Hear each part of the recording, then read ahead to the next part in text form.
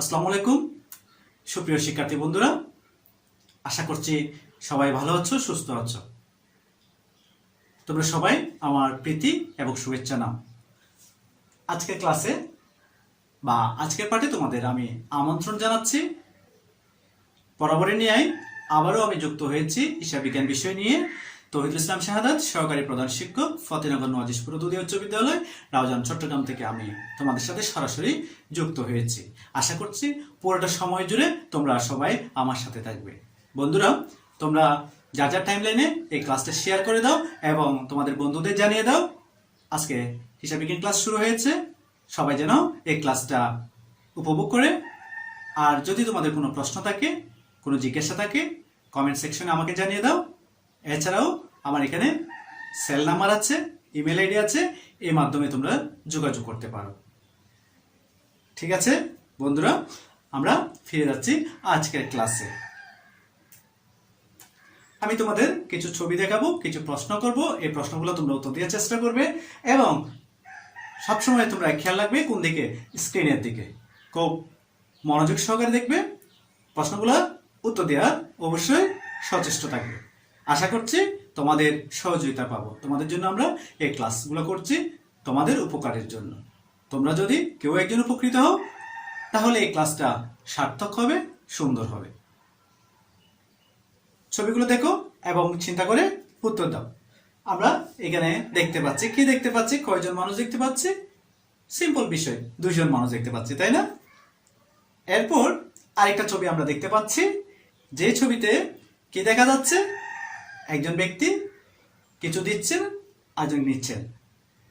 তার মানে কি চুক্তি হস্তান্তর হচ্ছে মনে হয় এখানে, তাই না? আর কিছু ছবি দেখো, ছবি দেখে উত্তর দেওয়ার অবশ্যই খেয়াল রাখবে, উত্তর যেন দিতে পারো। আরেকটা ছবি দেখতে পাচ্ছি, এই ছবিতে কি দেখা যাচ্ছে বা এই ছবি দেখে কি বোঝা যায়? একজন টাকা দিচ্ছেন, আরেকজন নিচ্ছেন, তাই না? সেটাকে আমরা বলতে পারি কি গ্রহণ এবং দান। আরেকটা আমরা ছবি দেখতে পাচ্ছি, যে ছবিতে একজন ভদ্রমহিলা, আরেকজন কি বিক্রেতা বা সেলসম্যান। ওনারা কি করছেন? পাশে একটা আমরা মোবাইল ফোনের ছবি দেখতে পাচ্ছি, যেটার মাধ্যমে কি হচ্ছে? হয়তো মোবাইলে টাকা ট্রান্সফার করছে, ব্যালেন্স ট্রান্সফার করছে, তাই না? হ্যাঁ, এটা হচ্ছে কি আদান প্রদান। আচ্ছা, প্রথম ছবিতে আমরা দেখেছি কয়জন? 2 জন মানুষ দেখেছি। আর দ্বিতীয় ছবিতে দেখেছি কি চুক্তি হস্তান্তরের। তৃতীয় ছবিতে দেখেছি গ্রহণ, যেটা দেখতে পাচ্ছি গ্রহণ এবং দান। আর চতুর্থ ছবিতে ওখানে দেখা যাচ্ছে, চতুর্থ ছবিতে আমরা দেখেছি কি আদান প্রদান, আদান প্রদানের ছবি দেখেছি। তাহলে বলো তোমরা প্রত্যেকটা ছবিতে আমরা কি দেখতে পেয়েছি? কয়টা পক্ষ দেখতে পেয়েছি? নিশ্চয়ই বলবে তোমরা এখানে 2টি পক্ষ দেখতে পেয়েছি, কমপক্ষে 2টি পক্ষ এখানে দেখতে পেয়েছি বা জড়িত আছে। আচ্ছা, এবার তোমরা বলবে এই 2টি পক্ষকে হিসাব বিজ্ঞানের ভাষায় কি বলে? হিসাব বিজ্ঞানের ভাষায় কি বলে? দ্বৈত সত্য বা দুতরফা দাখিলা পদ্ধতি বা দুতরফা দাখিলা। হ্যাঁ, আজকে আমাদের পাঠের বিষয় হচ্ছে কি দুতরফা দাখিলা পদ্ধতি। ইতিমধ্যে আমরা 2য় অধ্যায় শেষ করে এখন 3য় অধ্যায়। এই দুতরফা দাখিলা পদ্ধতি হচ্ছে আমাদের 3য় অধ্যায়ের মধ্যে, পৃষ্ঠা 24 থেকে 26। আজকে আমি নিয়ে এসেছি পর্ব 1 নিয়ে। এই অধ্যায়কে আমি কয়েকটি পর্বে সাজিয়েছি। আজকে প্রথম পর্ব 3য় অধ্যায়ে শুরু করেছি। আবারও তোমাদের সহযোগিতা চাচ্ছি, তোমরা পুরোটা ক্লাস জুড়ে আমার সাথে থাকবে, এই প্রত্যাশা রাখছি।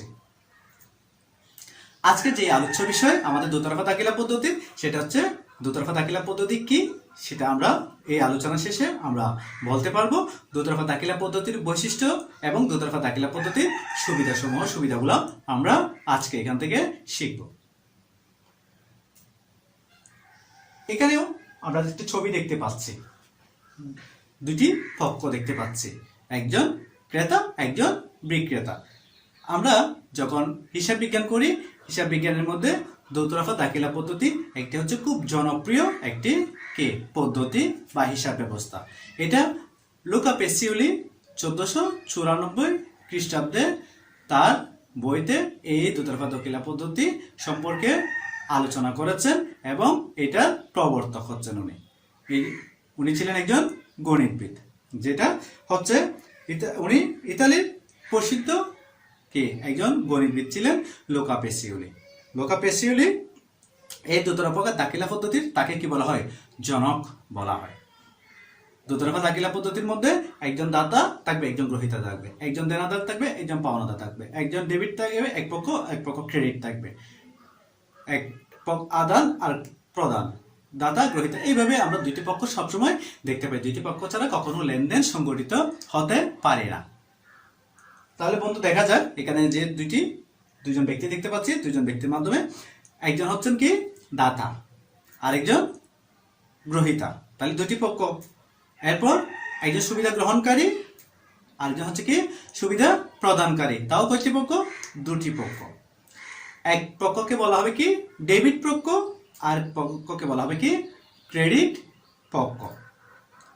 ডেবিট টাকা সমান কি হবে? ক্রেডিট টাকা, অর্থাৎ ডেবিট টাকা এবং ক্রেডিট টাকা কি হবে? সমান হবে। এখন বলো কয়টি পক্ষ দেখতে পেয়েছি আমরা? কমপক্ষে একদম দুইটি পক্ষ আছে, দাতা গ্রহীতা, সুবিধা গ্রহণকারী, সুবিধা প্রদানকারী, ডেবিট ক্রেডিট, হ্যাঁ দেখতে পেয়েছি। এরপরে দেখতে পেয়েছি ডেবিট টাকা এবং ক্রেডিট টাকা কি হবে? সমান হবে। এখন আমরা এখানে কিছু ক্লো দিয়ে আছে, দেখো তোমরা, দাতা গ্রহীতা, সুবিধা গ্রহণকারী, সুবিধা প্রদানকারী, ডেবিট পক্ষ, ক্রেডিট পক্ষ। এই ক্লোগুলোর মাধ্যমে তোমরা এখন বলবে দুতরফা দাখিলা পদ্ধতি কি বা দুতরফা দাখিলা পদ্ধতির সংজ্ঞা। দেখো দুতরফা দাখিলা পদ্ধতি হচ্ছে কি সঠিকভাবে হিসাব প্রণয়নের জন্য যে ব্যবস্থায় লেনদেন সমূহের দ্বৈত সত্তা যথাযথভাবে লিপিবদ্ধ করা হয় তাকে দুতরফা দাখিলা পদ্ধতি বলে। দুতরফা দাখিলা পদ্ধতিতে কি হয়?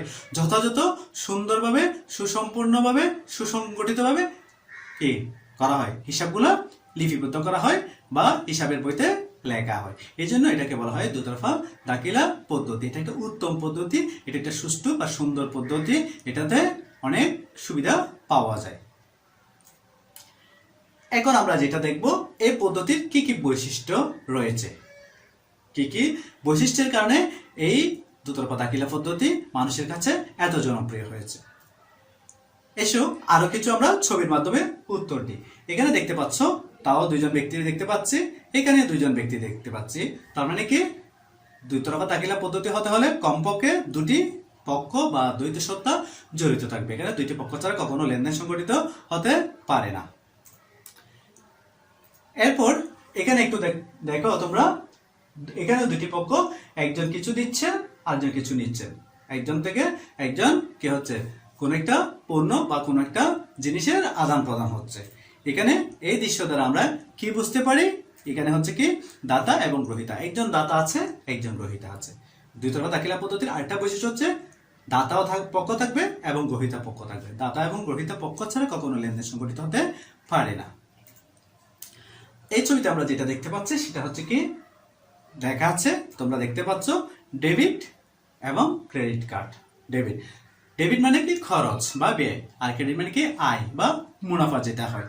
এই দুইটি পক্ষ এখানে খরচও হবে, আয়ও হবে। এই দুইটি ছাড়া কখনো তাও কি হয় না, লেনদেন জড়িত হয় না।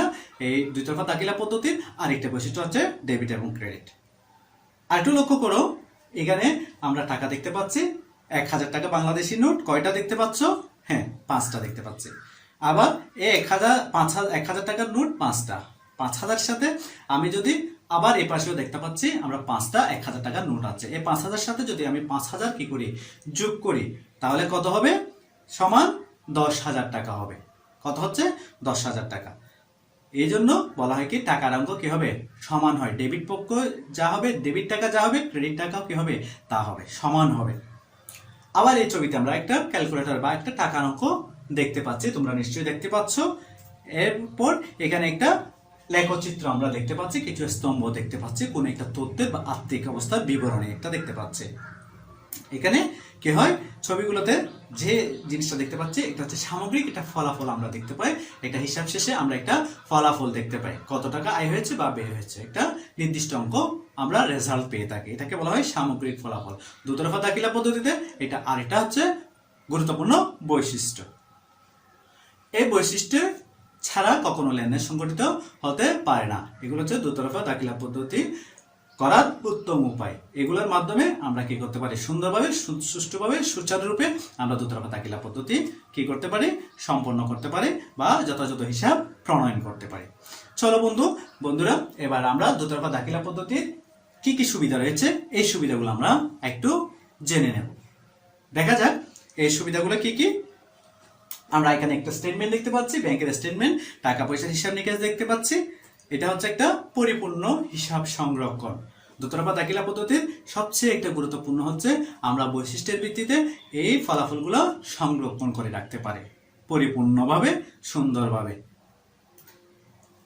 এখানে একটা চিত্র দেখতে পাচ্ছি, লেখচিত্র বা ব্যাংকের একটা হিসাব, আর এখানে দেখতে পাচ্ছি তাও হিসাব নিকাশ করছে, টাকা পয়সার হিসাব নিকাশ।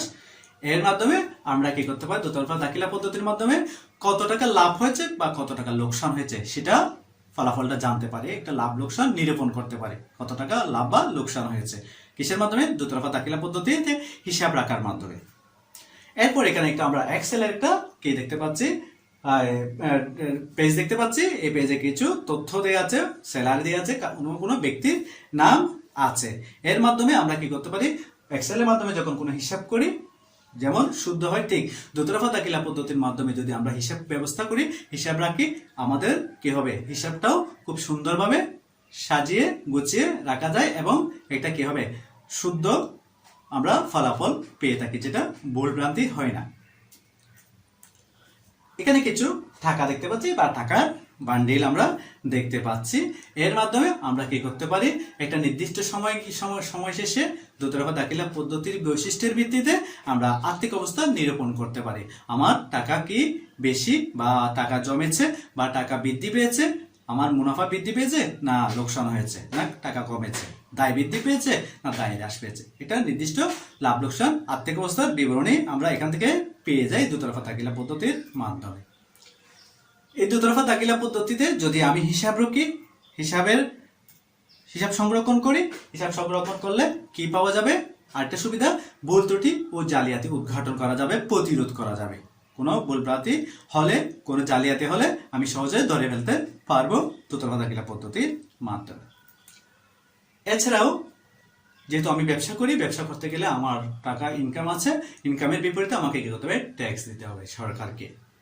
এই ট্যাক্সটা আমি কি করতে পারি, নির্ধারণ করতে পারি, করটা নির্ধারণ করতে পারি সঠিকভাবে হিসাব সংরক্ষণের মাধ্যমে। কত টাকা আমার আয় হয়েছে, এই আয়ের উপর কত টাকা আমাকে ট্যাক্স বা কর দিতে হবে সরকারকে। এখানে আমরা একটা ব্যাংক দেখতে পাচ্ছি, মাটির ব্যাংক। হয়তো মাটির ব্যাংকে আমরা কি করি বলতো, মাটির ব্যাংকে আমরা টাকা জমিয়ে রাখি। টাকা জমিয়ে রাখার জন্য আমরা এই মাটির ব্যাংক কিনে থাকি। এখানে রাখলে হয় কি, কোনো বিপদ আপদ হলে এখান থেকে আমরা টাকাগুলো নিয়ে খরচ করতে পারি। এর মানে কি, আমার যে খরচ করছি এর খরচের থেকে আমি কিছু টাকা এখানে জমা করে রাখলাম, সেটাকে আমরা বলতে পারি ব্যয় নিয়ন্ত্রণ। আমার যদি ব্যয় হয়, ব্যয়টা নিয়ন্ত্রণ করার জন্য আমি ডেইলি কিছু কিছু টাকা সঞ্চয় করতে পারি এখানে।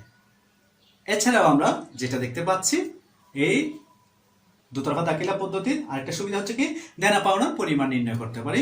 হিসাব শেষে একটা নির্দিষ্ট সময় শেষে গিয়ে আমরা জানতে পারি কতজন আমাদের কাছে দেনাদার আছে বা আমি কতজন থেকে টাকা পাবো ইত্যাদি। গাণিতিক শুদ্ধতা যাচাই করার জন্য এই দুতরফা দাখিলা পদ্ধতির আরেকটি সুবিধা হচ্ছে এই দেনা পাওনার পরিমাণ নির্ণয় করতে পারি আমরা।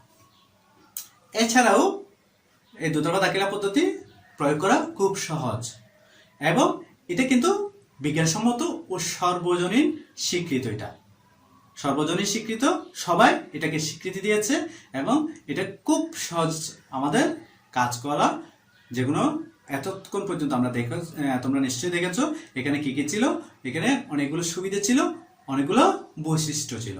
এই সুবিধা এবং বৈশিষ্ট্যের ভিত্তিতে এই দুতরফা দাখিলা পদ্ধতি কি হয়, পরিচালিত হয় এবং নিয়ন্ত্রিত হয়।